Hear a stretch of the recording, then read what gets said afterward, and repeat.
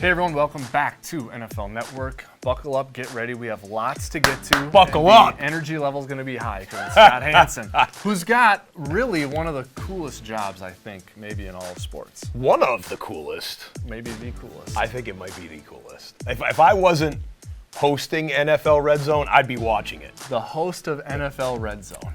So we know that you're able to concentrate in the midst of chaos. That's definitely one of your skills. A little multitasking. That's got to be kind of chaotic. It is. It's crazy. It is a thrill ride unlike anything in not only sports television, but probably broadcast television or maybe even broadcasting. Yeah. With the amount of stimulus that comes at us for 7 hours with the early window of games, 8, 9 games going on simultaneously, and what we call the witching hour, when those games go to the fourth quarter and even the late fourth quarter, and we've got 6 out of the 9 games are one possession games, and you've got to kind of manage all of it. It's air traffic control meets NFL football. Yeah, and then you got your fantasy football team in the back of your mind, so you're getting real mad when bad stuff happens to your team. But I never let it show. You don't care. No, you don't. You don't. You're good with that. In fact, I throw out my to my Twitter followers or Instagram followers, if you guys can even guess who's on my roster based on the way that I call a touchdown or get disappointed by a touchdown, then you've done something, because I do not have a favorite NFL team, and I try to play it down the middle with all of my fantasy players. But do you really not have a favorite team? Do not have a favorite team. Now, I'm talking to you guys representing the NFC North. Yeah. I grew up in suburban Detroit. Okay. I grew up less than 15 minutes from the Pontiac Silverdome, where the Lions played back in the day. Sanders. Barry Sanders. I go back to the Billy Sims era, even before then. So when I was a kid, the Lions were my favorite team.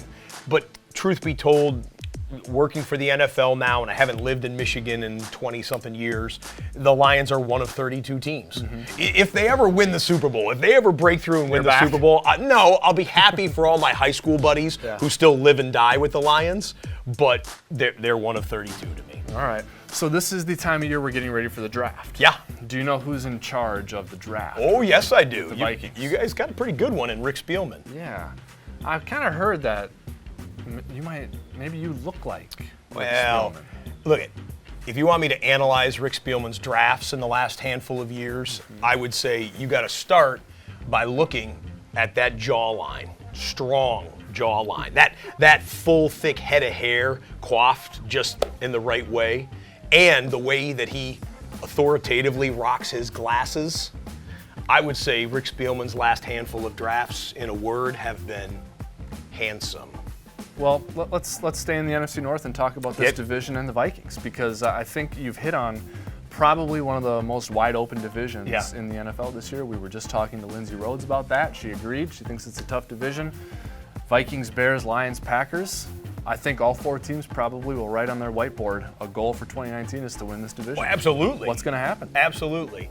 Look, the Bears won the division last year, but kind of came out of nowhere to do it. No one was really looking at the Bears as a solid division contender. We didn't know what their quarterback was going to be in his young career, but he stepped up enough. Obviously, the Khalil Mack trade was something that didn't happen until late in the offseason or preseason, really, and made a huge difference there. So why not the Vikings? We saw this defense be not only division champion caliber in recent years, but perhaps Super Bowl level. If you guys can get back to that, then it's back looking over at the man you pay the $90-something million to and say, get enough touchdowns in there for an offense that was kind of middle of the pack this last year in terms of scoring and offensive output.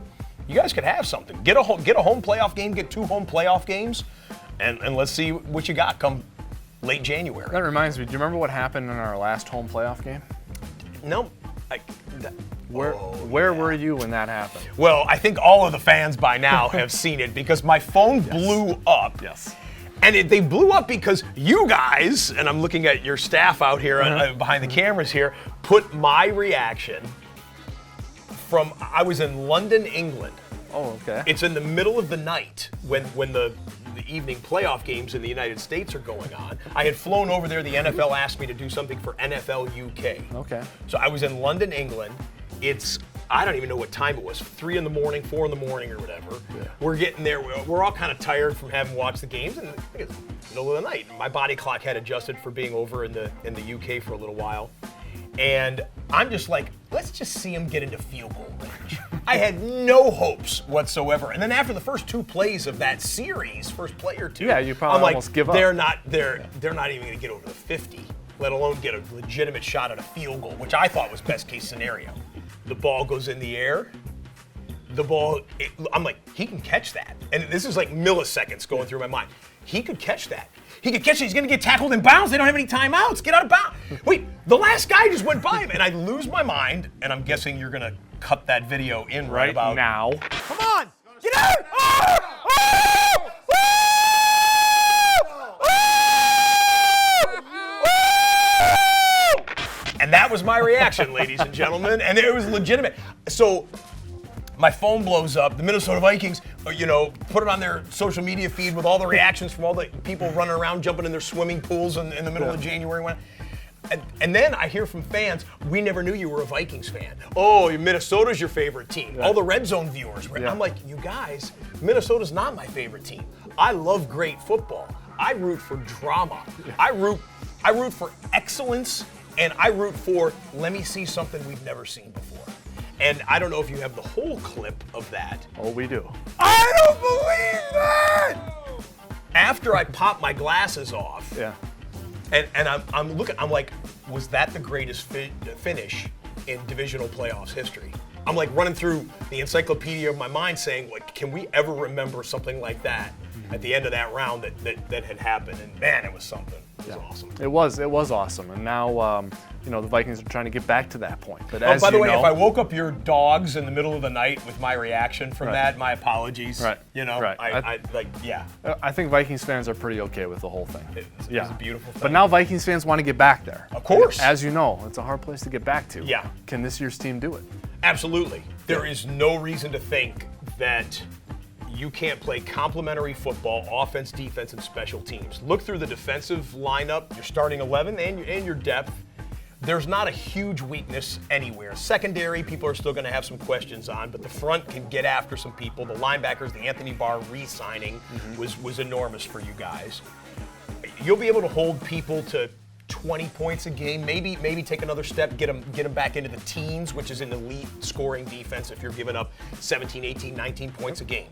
Then that means, can Kirk Cousins and the guys get 3 touchdowns a game? Yeah. You can get 3 touchdowns a game. Yeah, we can do that. And with the skill position players, and if Dalvin Cook, a whole full year removed from the knee injury now, can balance out the passing and running attack, there's no reason to think that the Vikings can't be one of the best well-rounded teams in the league. Then we're going to have a home playoff game, and we're going to have you be the in-stadium entertainment guy. Dude, Fans sign me like up. that. Yeah. I will be there. I think you can get that building cranking. I only went to that building once, and it was for the Super Bowl. Yeah. And I was like, I've got to get back here to see a Vikings home crowd here. Oh, the stadium is cinch. gorgeous, and it echoes and reverberates the noise. I mean, who am I talking to? You guys live it. I was like, it's top 5, maybe top 3 stadiums for me. Well, we know some people at the Vikings. We can probably get you in. Let's do it. All right. Thanks for your time, man. This Yeah, was fun. it's great. Yeah. Thanks.